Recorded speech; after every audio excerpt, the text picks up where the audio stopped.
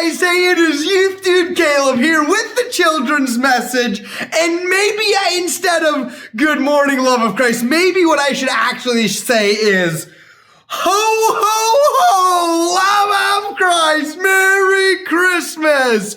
I don't know if you know this or not, but there are 147 days only until Christmas Day. 147, less than 150, and it's like, oh my goodness, Christmas is right around the corner. And if you're sitting in your seats panicking, that's okay. You still have 147 days to go. But it's crazy because Christmas is coming. We know Christmas is coming. It's like on the calendar. It's going to be here in 147 days. We know for sure that it's going to be here.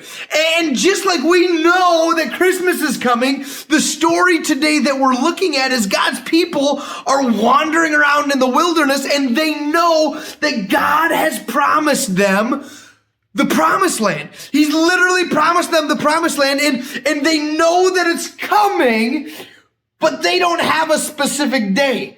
They don't know how long it's going to be until they get there, but they know that God has promised that they will receive the promised land someday, or that their people will receive the promised land someday. And we can be confident, just like we can be confident that Christmas is going to be here in 147 days, we can be confident that God always keeps his promises. Like there's not one time in all of the Bible that God has not kept a promise. If he makes a promise, he always keeps it, but it might not always be in the time that we want. You see, God's people, the Israelites, they thought it was going to be like right now, but they had to wait for 40 years until they got to go into the promised land. And sometimes we get to wait on God's timing, which is sometimes hard.